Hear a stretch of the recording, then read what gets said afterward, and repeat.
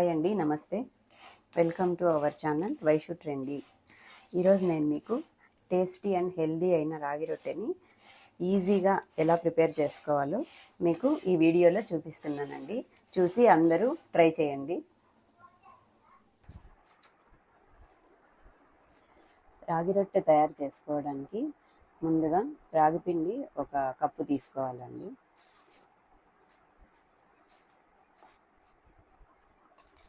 అందులో తురిమిన క్యారెట్, ఒక చిన్న సైజ్ క్యారెట్ అండి, తురుముకొని తీసుకోవాలి.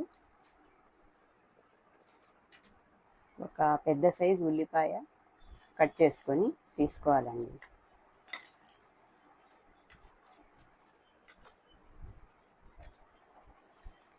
తరిగిన పచ్చిమిర్చి అండి, బాగా సన్నగా తరుక్కోవాలి. ఒక 3-4 పచ్చిమిరపకాయలు అయితే సరిపోతాయండి ఈ క్వాంటిటీకి. ఇంకా తరిగిన కరివేపాకు సన్నగా తరుక్కోవాలి. కొద్దిగా తరిగిన కొత్తిమీర అండి, అన్నీ సన్నగా కట్ చేసుకోవాలి.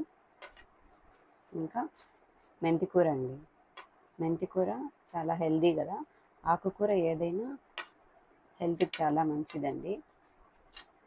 ఈ ప్లేస్లో, ఈ మెంతికూర ప్లేస్లో ఇంకా వేరే ఏమైనా కూడా ట్రై చేసుకోవచ్చు.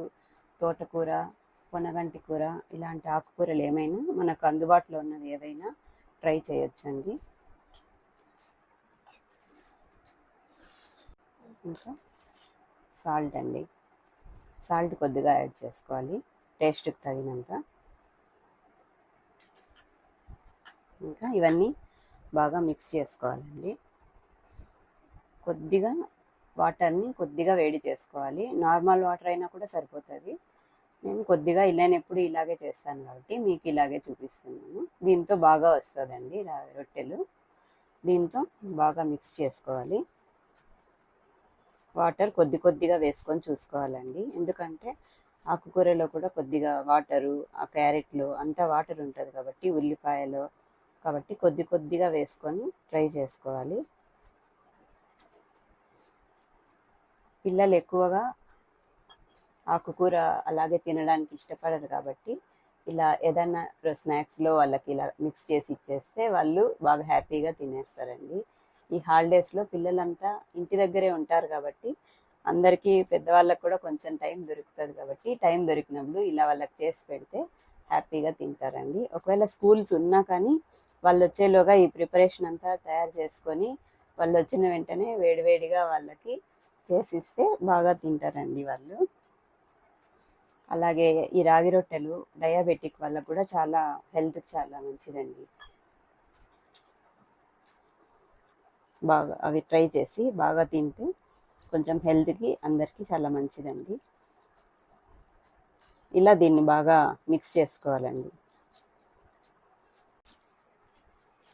ఇలా దీన్ని బాగా కలుపుకోవాలండి.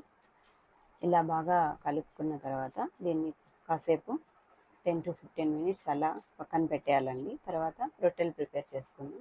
పిండి బాగా నానిన తర్వాత ఒక చిన్న సైజు ఇలా ఉండలాగా తీసుకొని దీన్ని చేతికి ఆయిల్ కానీ లేకపోతే వాటర్తో కానీ తేమ చేసుకొని ఇలా పలుచగా చేసుకోవాలండి. నేను పిండి మిక్స్ చేసేటప్పుడు కూడా ఆయిల్ ఏం వేయలేదు. మీకు ఏమైనా కావాలంటే ఒక టీ స్పూన్ ఆయిల్ అలా వేసుకొని కూడా మిక్స్ చేసుకోవచ్చు. ఇలా బాగా పలుచగా చేసుకోవాలండి, మందంగా చేసుకోకూడదు.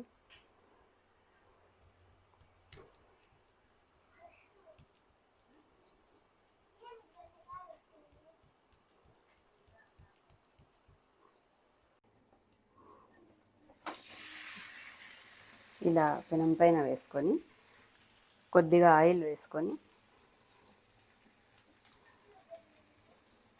మీడియం ఫ్లేమ్లో ఫ్రై చేసుకోవాలండి.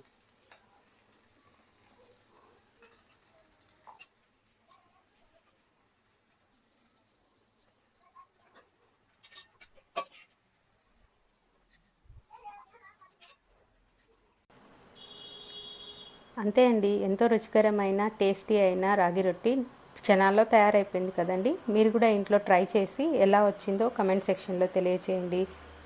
Thank you for watching. నచ్చితే లైక్ చేయండి, షేర్ చేయండి, సబ్స్క్రైబ్ చేయండి.